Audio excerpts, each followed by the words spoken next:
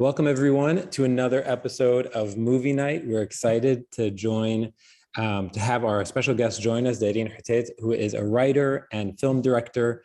Her work focuses on the politics of identity, Arab and African diaspora, and science fiction. She has written and directed a dozen award-winning narrative films that can be seen on Sundance Channel, The New Yorker, AMC Networks, BBC, Forbes, Outfest, Now, Shorts TV, and in numerous Oscar-qualifying international film festivals. Named on Disney Launchpad 2022 list of directors on the rise, Darine's latest film, Tallahassee, premiered at the 10th Black Star Film Festival. It was nominated for Best Narrative Short at the 22nd Woodstock Film Festival and received the Audience Award at the Mizna Film Festival. Tallahassee is what we're talking about today. And so with that, welcome Darine to afikra. Hi, Mikey, and hello, everyone. Thank you so much for this beautiful intro, and thank you for having me. I'm so excited about this. I also am very excited. We've been talking about this for quite some time, so it's really, really fun that we're able to do this. So let's start kind of at the beginning. A lot of people who become filmmakers had been dreaming about being a filmmaker since they, were little kids, cross-legged, watching movies on the family room TV. From what I understand, that's not your experience. So what did you first start doing and how did that transition into filmmaking? I recently started thinking about this because when I'm asked this question all the time, I'm like, what is really like my story? Because I never really nailed the date where I said to myself, oh, I'm going to be a filmmaker. That I don't recognize that date. And it was not really something that I've always wanted to do. I didn't know what film was about. I knew what film is, but what is it about? Like, what does it take to actually be a filmmaker? It's not like something that was familiar or around me. I didn't grow up in a household that kind of was, supportive of film like that. So I just had to, find my way to it. So it all started actually from me being very fascinated with literature and storytelling. So just having access to books was the beginning of it all. And just by reading books and stories and just activating my imagination and starting to go places, and I'm like, I can just, and whenever I later watched adaptations of those books, I was very disappointed. I'm like, I imagined this to be a completely different word and just ruined my childhood. So I started from that place with literature and stories, and I was writing since I was a child. And also at the time, we really didn't have access to going to the movies like that, growing up in Beirut during the war. And, at home, there was limited time when you can watch television because the news was the primary, thing to watch. But also, I do recognize that my older brother had an influence in that space because he used to watch a lot of movies and he was obsessed with movies. And we had I don't know if you recognize the old cassette shops in the neighborhood where you go Chico's. Absolutely. And you go have subscription and you pay, I don't know, something and just rent those tapes and watch. Yeah. So we had that, but I was not the person who initiated this. I wasn't the person going and getting excited about picking up movies. So whatever my brother was bringing home, I would just sit and watch with him. So that was kind of the start. But later on, when I was making a decision of what do I want to study, first I was going for dance, which is, I know this is news, but I not if somebody follows you on Instagram. It's okay. Yes, right. I studied dance since I was 4. So I was more informed in that space as a professional dancer. And I thought I was going to go to college and study dance and just become a dancer. And when I started doing that, I realized that that's not at all what I wanted to do. And it wasn't the way I was seeing the art of dance, being in an institution. And then I started to think, okay, what do I do in my life now? So it was more of a question of survival. What do I do in myself? What am I good at? Yeah. And I immediately knew that I wanted to be a storyteller. So it was really I was collecting pieces of myself to form the filmmaker years later. However, I did go to film school right after high school, but I don't even know till today how did I look at like all the things and I was like, this one, I don't know. I don't know how it just landed on that. But what I do know is having a very active imagination as a child. And I think we maybe talked about this briefly before. Mm-hmm. And having, you know, a practice of lucid dreaming, I wanted something that can combine the two, storytelling, literature, and that activated visual stimulation that's happening through lucid dreaming. And it could have been photography, you know, but it ended up being film. Up until today, I really don't know. But the more I studied film, the more I was doing film, the more I knew that like that subconscious calling was there from the start, but I just did not know. There was an inner guidance towards it that was not outspoken. Yeah. I'm curious. Okay, so I've never done lucid dreaming. I'm fascinated by the idea. What is the level of fidelity from the dreams that you have when you're lucid dreaming to the way it shows up on film afterwards? So it's kind of delicate because, you know, when you want to tell someone your dream, and then once you start talking about it, the dream just like the whole idea just gets crushed, you know. To translate that is a really tough thing to do if you have not kind of mastered the practice of finding the links, like finding the images, the symbols, the elements that keep on repeating. And this is what lucid dreaming is about. That's how you know that you are in a lucid dream. So once you start seeing those patterns, you realize that you would see patterns in all your dreams that are similar from one to the other. And you were just talking earlier something about the films that have something connected. It's very much similar to how the brain works when we're dreaming or when we're lucid dreaming. So once I found the pattern of the symbols and elements and even colors that are mine, like they are part of my DNA structure. Like even when I'm dreaming, they exist and they just go, there's like a thread that follows. So that practice of translating something from one dream to the next without you intending to, I kind of like grasp that. And I was like, okay, how do I keep that like genuine and true and translate it to an image? So I would just like go for choosing one element instead of like overwhelming myself with an entire scene that I've imagined in my dream or that I had a dream of. I would just take the sensation. What did it make me feel in that moment? And if I can translate that feeling into another scene in a movie, from the lucid dream to the movie, I could just take one element from the lucid dream, but keep the feeling. So the ground is the feeling, and then the visual element would be just one. I'm not like taking the exact, recreating a scene all over again, because that's nearly impossible. Okay. I'm going to keep on moving because I want to, insofar as this is the movie night series, the idea is that people have seen Tallahassee beforehand, but just in case they haven't, I want to show 3 trailers to 3 of your projects. I Say Dust, Like Salt, and Tallahassee. And I'm going to show them back to back because for me, I feel like it's not a trilogy by any chance, but I feel like there's connective tissue. I feel like you're kind of unpeeling the same onion across all 3 of them. So let's take a look at the first one, which is I Say Dust, which came out, I believe, in 2016. Is that right? Oops. In 2015. 2015. So okay. If I mute myself, Maggie, just so you know, because I live next to the fire department, so I have to mute myself. Okay, you should be able to now. Okay. All right, let's listen to the first one. I Say Dust.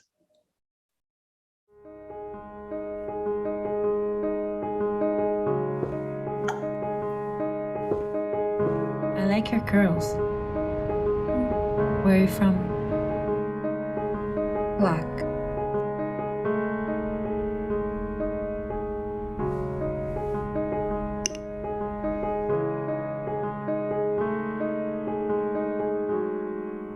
He says, "What's your Valentine?" I say, "Dust." He says, "What is ice if not surgery? And what is constellation if not confetti? And what is land if not a mouth? And I mouth the things I love. So where are you from?" He says, "What's your Valentine?" I say, "Dust." Okay, we should say that also features Hala Alian and is based on her poem Valentine, which is also ties into Tallahassee. Let's now watch Like Salt. And both of these, I should say, you can find on Vimeo and rent or purchase to watch.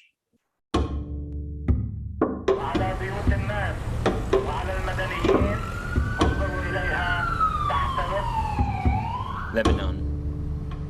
Is that a country? Hello, bas.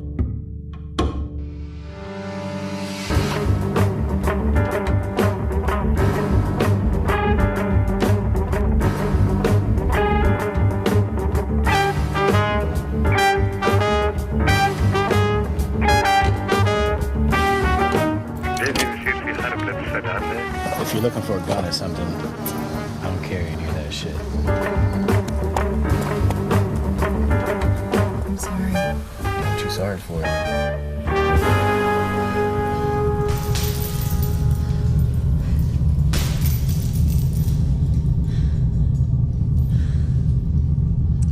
Okay, and that came out in 2018, I think, a few years later. And now let's watch the trailer to Tallahassee, and then we'll dive right into it. Darine, you want to say something? I see your mouth about to move. Okay, all right.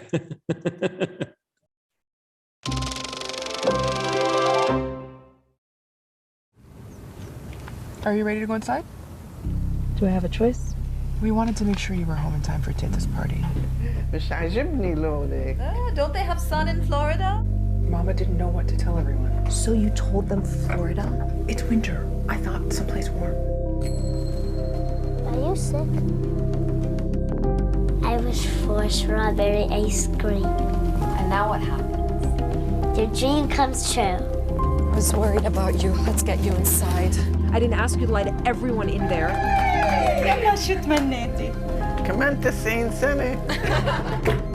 Mama, nobody cares how I look. Mama, I'm your sister. I want to know what's going on. I can help.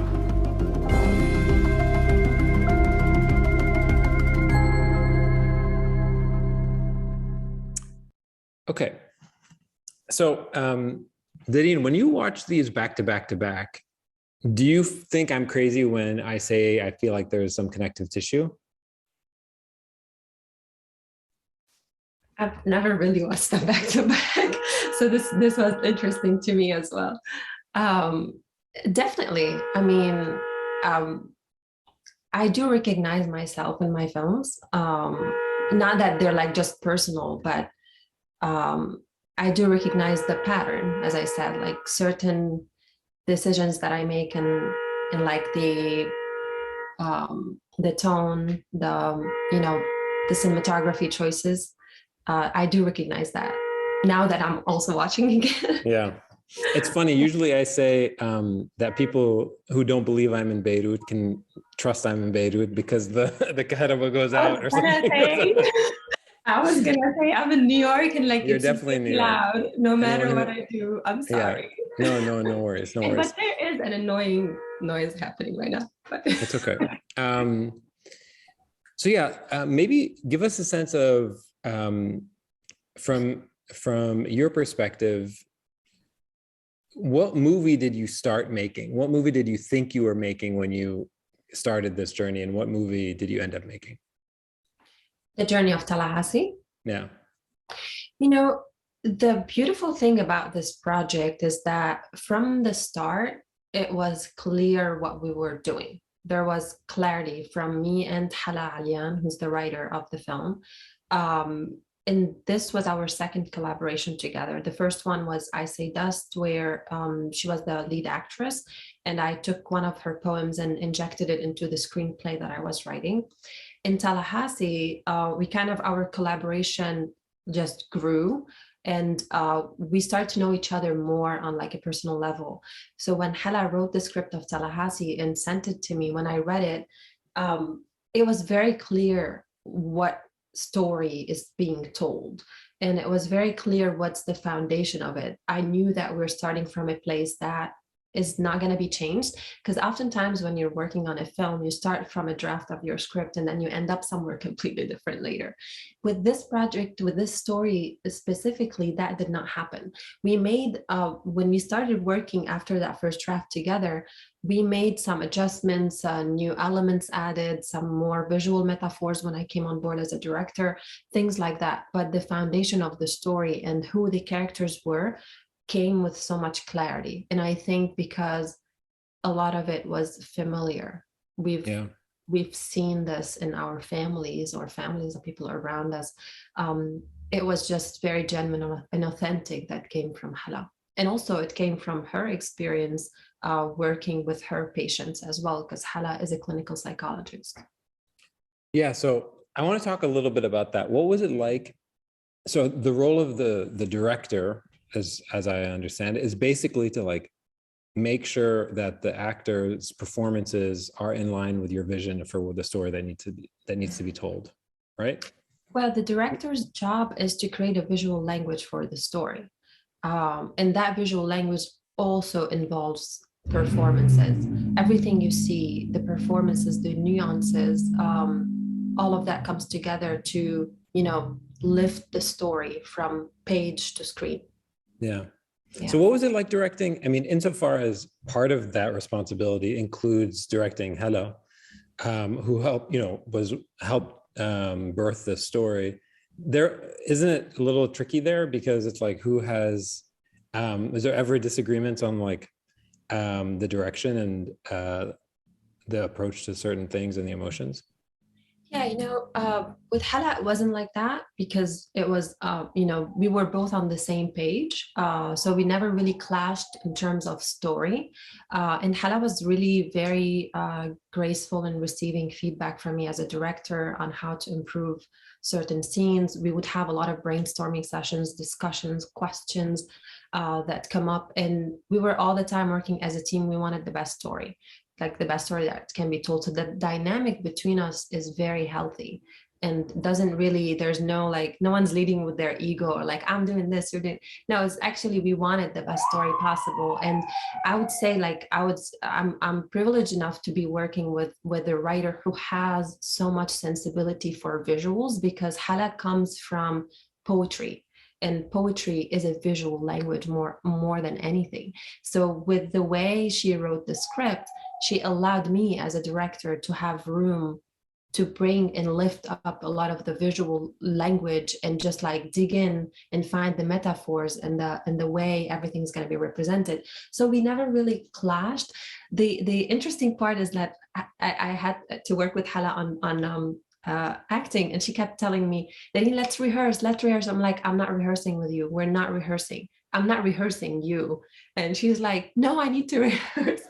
And part of it is, of course, you need to build up the confidence. But I knew that once me and her are together, we've done this before. Yeah. And she wrote the character. She knows the character so much inside out that I did not have to give her a lot of I wasn't working with her on set a lot on like backstory or like bringing her to the spot. Because you know how when we're filming, you're not filming in sequential order. You're just filming all over. One scene is at the end and then you jump into a scene in the middle. How do you keep that consistency in emotions? Yeah. Was great with her because she knew the character very well. I didn't have to ground her back into, okay, now this scene, you just did this before. This is how you feel now. She knew, and that made it a lot easier to be working like that. So I want to talk about the name. Tallahassee. Okay, so the sort of the symbolism of the name, or the meaning behind the name, is that it's the lie, right? It's the lie that Mira, the main character played by Hala's sister, makes up when she doesn't want to tell the family that her sister was in a psychiatric facility. And so she says she's in Florida, and she just pulls a name out of thin air and says she's in Tallahassee. It is such a random choice, but what is the significance behind that?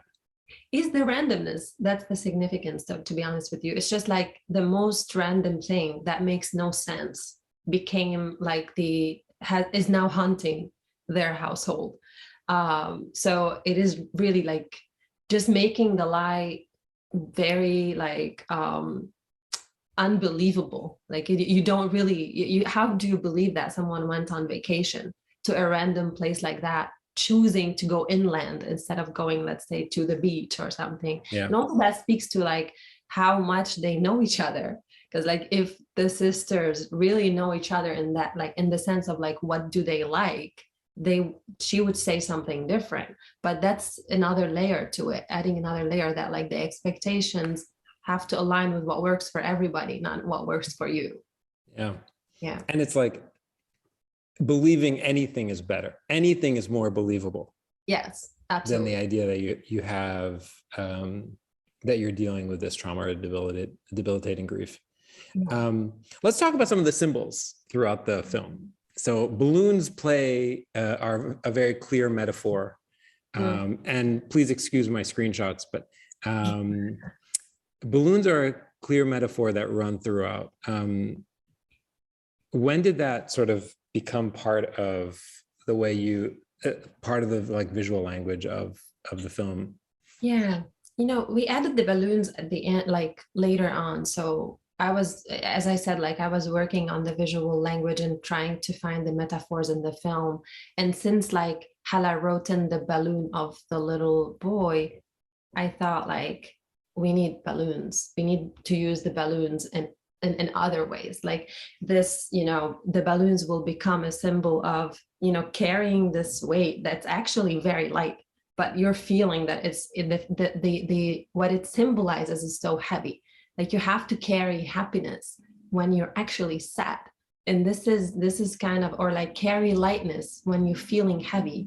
That's a huge load,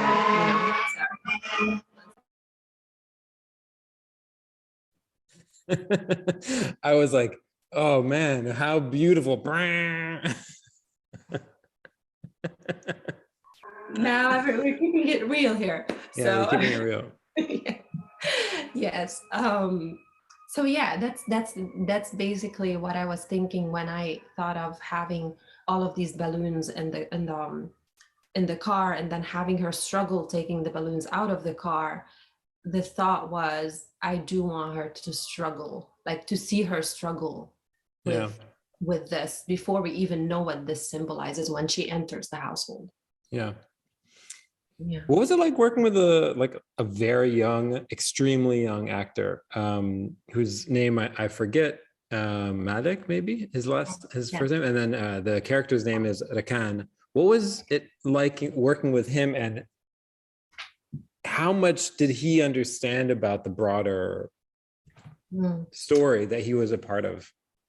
I think because now my last two films had children in it, so everybody's now like, oh, you direct children. I'm like, maybe, yes. Probably I do. Well, in Tallahassee, the Rakan character was already a very playful character, so it was really fun to work with that kind of character, smart and playful. And when we cast Malik, honestly, we cast Malik like literally 3-4 days before the shoot. I was looking for the child for a while, and it was so hard to find the child. And then I think that was my gift from the universe. Like, here's the child of your dreams to play this role. And honestly, a big part of the process is that when you cast a child, you're casting their parents, or you're casting their mother with them. And luckily, like, the mom of Malik was very generous and with us to be there on set with us all the time, to teach him his lines, to make him memorize his lines, because these are things that really are difficult to achieve if you're just, shooting on a small budget, within a few days. So a lot of that was done, by the mom, just teaching the lines. And when I was working with him, the work was divided between me and whoever is in the scene with him, which is most of the time Hala. So when you're working with a child, you want them to be comfortable with the person who is performing with them in the scene, not just with you as a director. As a director, like, you have to build the boundaries. They have to understand that you're not their friend. You are the director, because you want them to listen to what you say. And just keeping the fun, just I think number one rule working with children is to make it fun, like playful and fun. And that was, big part of how I directed Malik. It's just making every scene really fun, and him understanding like this, the major themes of the film wasn't of concern, because I think that was not really gonna translate so quickly, but he understood a lot about the character of Mira. Like, he understood like that she's sad, she's coming from this, and like probably she's sick, and he doesn't mind asking her any questions. Like, he's very observant. He sees everything. He was able to know that she's not okay, unlike all the others, the adults who were not, aware of anything. Was the character of Rakan always a boy? It's the only male character in the story. Was that a deliberate choice? Well, there is a character who's male, and they just talk about him. It's the grandfather. That's right. They talk about the grandfather. So that is a character that's not on the screen, but it's a memory of the patriarch of the family. And then there's Rakan. But that was a choice that was made, that we want this to be an all-women environment. Yeah. Okay. On the other end of the age spectrum, what was it like working with Samia Halabi, the very, very renowned figure? I find it really humorous that you chose a shot where it says it's okay. Yeah. It was way more than okay working with Samia. So Samia was wonderful. Honestly, I do feel very privileged that she signed up to be part of the project, and she knew about it through the co-producer Munir Atallah, who was co-producing the film, and they are related, so they're relatives. And I was looking for the grandmother character who can speak fluently Palestinian dialect, and it was almost like impossible to find that person in New York and be willing to actually come on set and act. So we were really lucky to have Samia. Samia was really wonderful during the table read. So there's like two segments for my story with Samia. The table read was where, it was, she asked some brilliant questions, and she had some comments about like the dialogue and like the Palestinian dialect to get it right and all that, which I really enjoyed. But I kind of felt she wasn't yet sure if she can trust me as a director, and I can totally understand. Like, of course she's putting her herself in my hands. She's like, go ahead, show me the way you want to show me. So I was like, okay, this is a huge responsibility. And then on set, and I remember the conditions weren't like very favorable. We're like shooting all day in a cramped like apartment, loud sounds, like things that I don't think, were easy for Samia to tolerate. But she was very like gracious with the way she existed in that environment with us and delivered the best, performance possible. And I had like, when I was giving her directions, I was also like very, making sure to allow her to have that room to deliver what she would want, like what she would, she would see herself doing. So there was like a scene where she's like, I don't want to do that scene. And I understand why. And I was like, okay, cool. Now it was not like a whole scene. It was like just a segment of a scene. And Hala and I were like, fine, we can take that out, because we knew where she was coming from. And I think that was a great input on her end, because if we shot that, probably I might have not used it, because it's not consistent with who Samia is. So we have to like make sure that we're not just doing a grandmother, but we're working with a figure like Samia. Like a three-dimensional. There was more to it than just that. And and there was a very nice moment at the end of the shoot where she told me that she really enjoyed the experience. It was challenging for her, and she was very anxious about what she's going to do. And I was like, you were anxious? Let me not tell you about me, what I was feeling. So yeah, no, it was just wonderful working with Samia. She's such an incredibly intelligent woman. Yeah. I want to ask you, so this film, from my perspective, is a film about America in many ways. And I think all of your films are in some way, at least the ones I've seen, definitively about the American experience as much as they are about sort of an Arab American perspective. Do you feel that that is true? Are you sort of trying to, in some way, I feel like you're kind of talking to your family back home to be like, this is where I live. Does that make sense? Yeah, my family lives here. So like my family has been here since the late like 70s in the States. But, it's more of like what I'm familiar with, what's, some like portraying characters and stories that I feel they resonate with me on a personal level. And I'm this, my chemistry is now informed by more than one culture. So if I want to be genuine with my storytelling, it has to come from that place. It can't come from one place or the other. I'm not fully American. I'm not fully Lebanese. So my chemistry has been formed through my experience, my living experience, not just where I came from or where I was born or just where I'm living. It's that journey.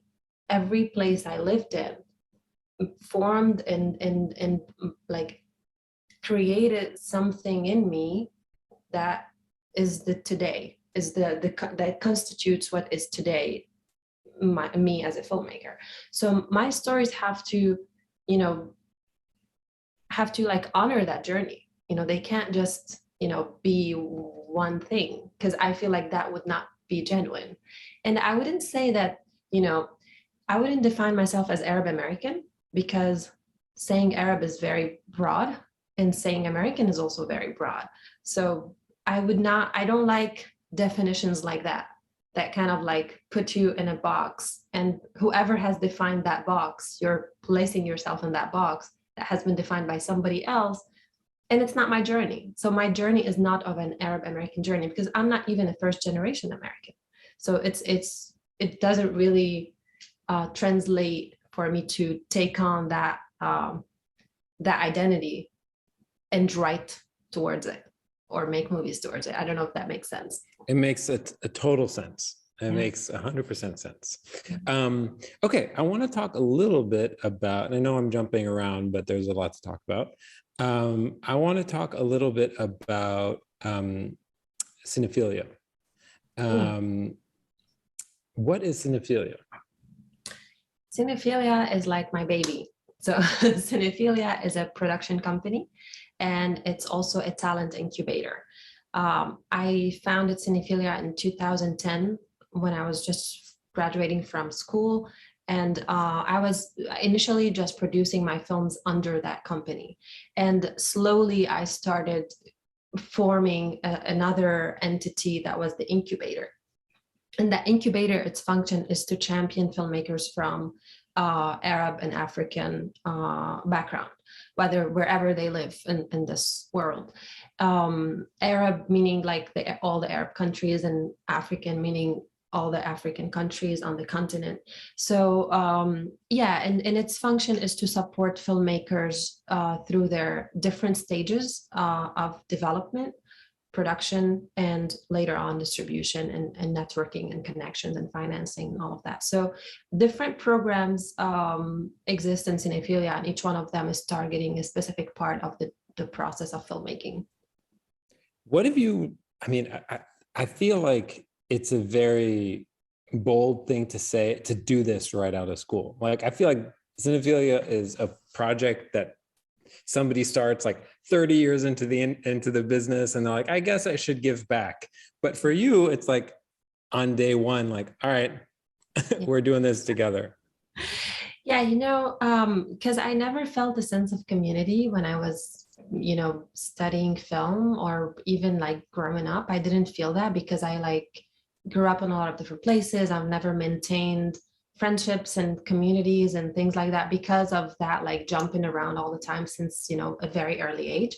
So for me, I wanted something that can just enrich a sense of community in a way. And just, I found that the more I can support other filmmakers, I'm feeling like I'm doing something of, of value. I don't know. It started from the beginning like that. And it honestly started from like just giving little workshops. And from the workshops, I understood what the filmmakers need, not what the industry needs, because these are two different things. What the industry needs and what the filmmakers need, because the filmmakers are not always leading the industry. So the talent is not always leading the industry. So I started from that place of, let's maybe find a structure or like find it together. Find what do we need? Do we need a space to, talk about our stories where we're being understood, or where we don't have to justify our stories? And I think I was able to achieve that with Cinephilia. Yeah. It started like that over the years. Yeah, it's amazing. Do you feel like there is increased reception and increased appetite to watch these types of stories from people who have a connection to these huge regions, whether they are born and raised in the US or born and raised wherever? Over the course of your career, have you seen an increased appetite? Absolutely. I would say yes. I wouldn't say like it's just very significant, but foaming at the mouth. Yeah, it's kind of like yes, but we're very long. There's a long way to go. Yeah. Definitely. Yeah. Okay, so the last question I want to get to before we talk about what's coming next for you is, what are some of the challenges? I have up on the screen for those who are listening to the podcast something about censorship. What are some of the like persistent challenges that you face that somebody like me may not anticipate, that is like a roadblock for you as a filmmaker that maybe I'm blind to? No, I think there's a gap between, I think that adds on to what I was saying earlier. There's a gap between the talent and the executives who are calling the shots in the industry. There is a gap between the talent, filmmaker identity, and the industry calling the shots. And that gap is related to the now, the like, what's hot now to talk about? Let's talk about that.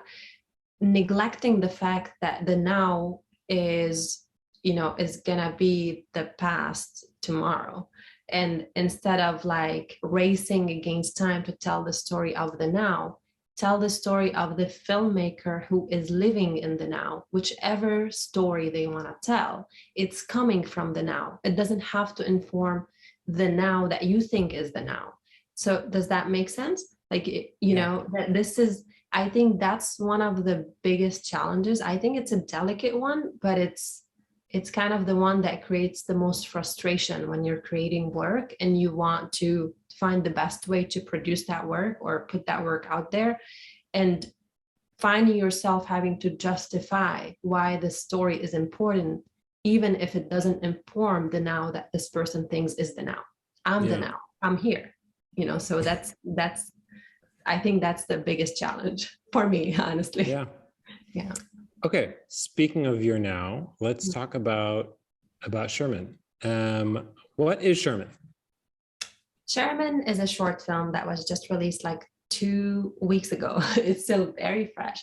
And it's a story that speaks to the delicacy of grief when we experience the grief, and how we deal with that grief in terms of loneliness and secrecy, and how do we keep ourselves going and find hope in the tomorrow. So this is, this is like thematically what Sherman is about, and it follows the story of a little boy who moves with his family to the States from Syria, and a Black woman who lives in Long Island, and they are neighbors. A bond happens between Sherman, the woman, and Osman, the little boy, where Sherman finds herself having to take on the responsibility of parenting this child.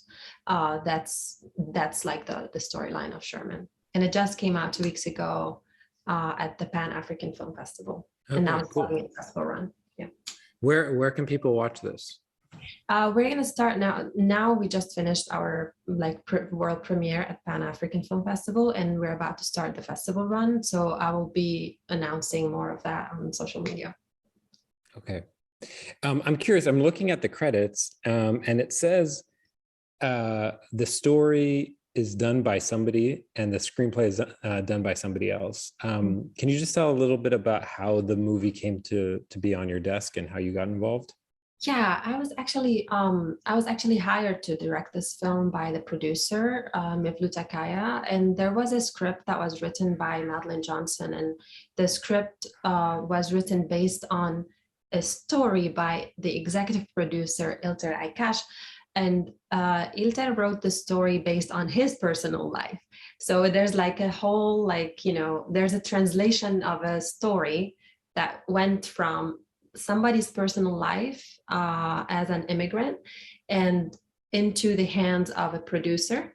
And the producer hired the writer, the screenwriter, who wrote the script. And then the producer hired me to direct the film. And when I took the screenplay, we started, and they were looking for a filmmaker who had an Arab background, so I can understand more of like the nuances of the culture, the language, and all of that. And the writer, and one who specializes in children. Absolutely, exactly. So exactly. But at the time when I was on board of Sherman, I haven't shot Tallahassee yet. So there was, I think that's where wow. was bringing me all the children, together.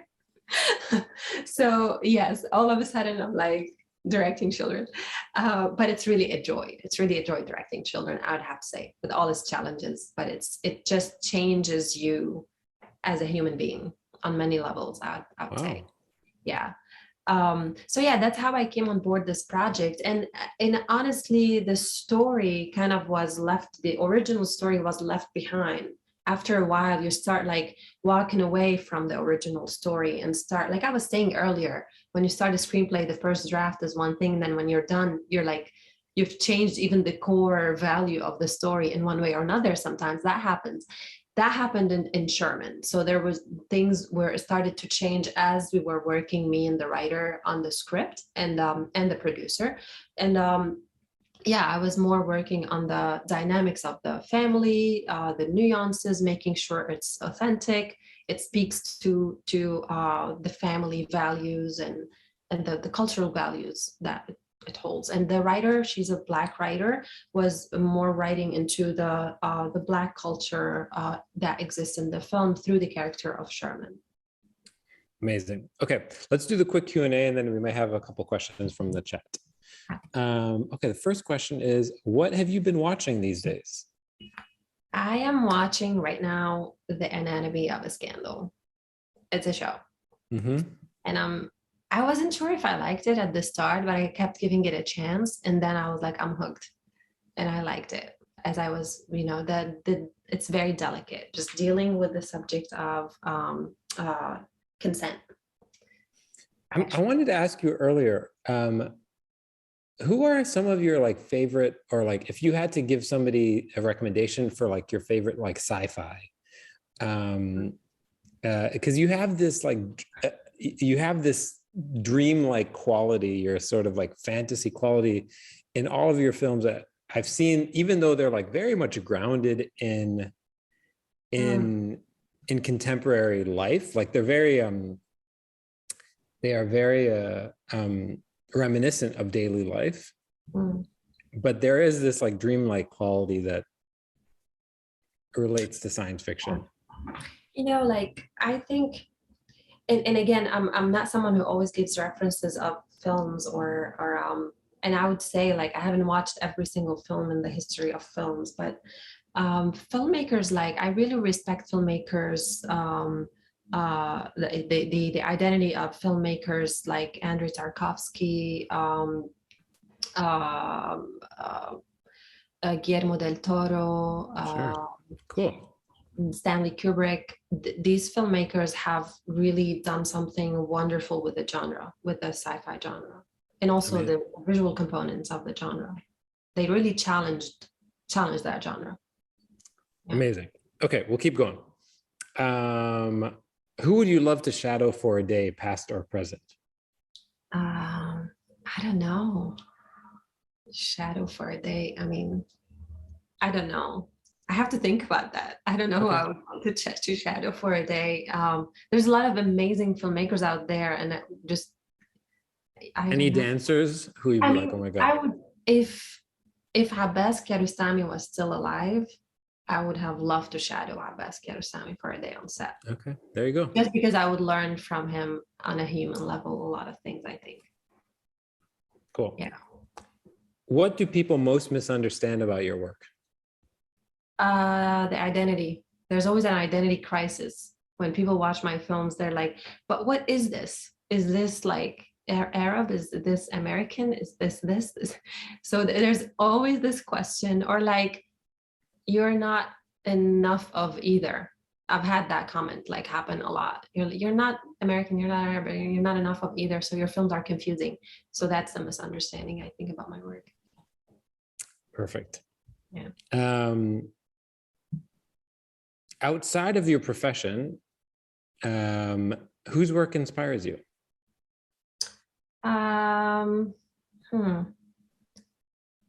Wow. Outside of my profession, I think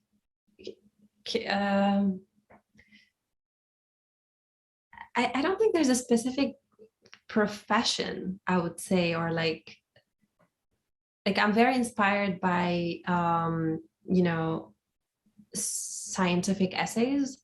I'm very inspired. Yeah, I'm very inspired by actually, and that's something that comes from my mother because she's a lawyer, by like cases like that. There's like reading about cases, and when my mom started telling me about a case that she has, it's always like super intriguing because it's like there's such a huge hook. It's like a plot. You're watching a plot unfold. And yeah, there's the anatomy of the scandal. Similar to what I do, actually.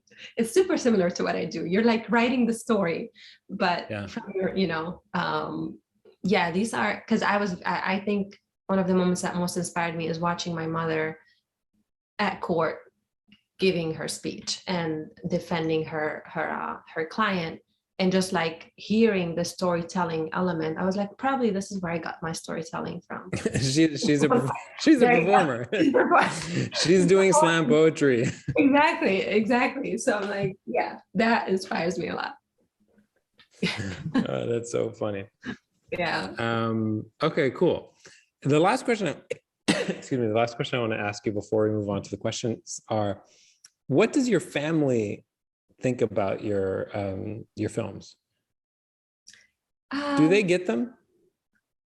Yes, absolutely. We've had conversations. We always like, whenever I have a new film, we gather in the living room at my mom's home in Detroit. They watch my films before anybody else. They even watch them before they're colored. So they get like the raw thing, and I just get their feedback on the story, like just like that. And I have, you know, my siblings are just brilliant. Everyone is so different. So I get to have amazing feedback from them. I think my mom has the purest like feedback to give me. Like if she doesn't understand something, she would tell me like, what is this? Like, I don't understand any of this. And that's a good sign, because most probably there will be a lot of that in my audience. And I want to cater to making sure that they understand something or they take away something. So yeah, they're very supportive of my work, I have to say. After like Tallahassee, this is a stupid question, but I can't imagine that your mom wouldn't be insecure slightly, be like, are you talking about me? Honestly, my mom is very different than any of the characters in Tallahassee. Honestly, my family is different from the family that is portrayed in Tallahassee, just because we had a very different journey. Yeah. But okay, yeah, so this he recognizes probably her mom. Yeah. Yeah. Okay, so I sort of stepped a little on one of the questions from Dahlia, but I'm going to add them together. So Dahlia on the call asks, what has the response been by Arab elders on these films, older family members, ? Also, what do you find is the best method or best way to dip your toes in filmmaking for somebody who is not a filmmaker? Hi, Dahlia. Okay. Hi. Just want to say hi. Hello. We still have to meet someday. So to answer your first question, the response of elderly to my films, I think the most challenging film was I Say Dust, because of the dynamic of two women in love was a little bit challenging to accept, or like having a question mark around it, or like why are we telling this story? Why are you telling this story? Especially that when the film was censored, it was like a thing, like, why are you putting yourself in this situation? But I also like have a lot of respect to their feelings and like the way they would feel about certain things, so we would have a conversation. But that was the film that was the most controversial in terms of like storytelling for elder generation. I don't know if that answered your question, right? That was the question.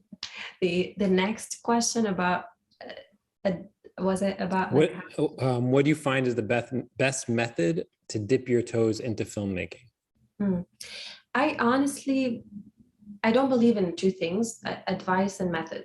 I don't think like you would, any advice is it's coming from a personal experience. So your experience will be very different than somebody else. So their advice might not apply to you, but you can definitely see like what from that you can take. And in terms of method, filmmaking is one of the things that like you have to create your own method in everything you do. There's like a foundation for sure, but there's also the you method that you have to like build with yourself. And I think this is the best way to go about it. So I don't think there's a method, but the one thing I would say is just like make the films, like not to wait for somebody to make your films for you, or to wait for films to get financed to be made. Because I see that being one of the mistakes that filmmakers do early on in their career, and then they keep waiting, and then nothing happens because you have to start.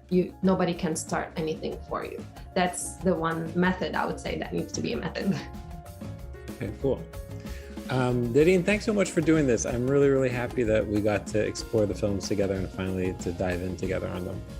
Yeah, me too. Thank you so much for having me. This was so much fun, and thank you for everyone attending. Okay, everybody, this is going to go up on YouTube and on our podcast tomorrow, and we will include the links to all the films in the description so you can check them out at your leisure. Great. All right, everybody. Thank you.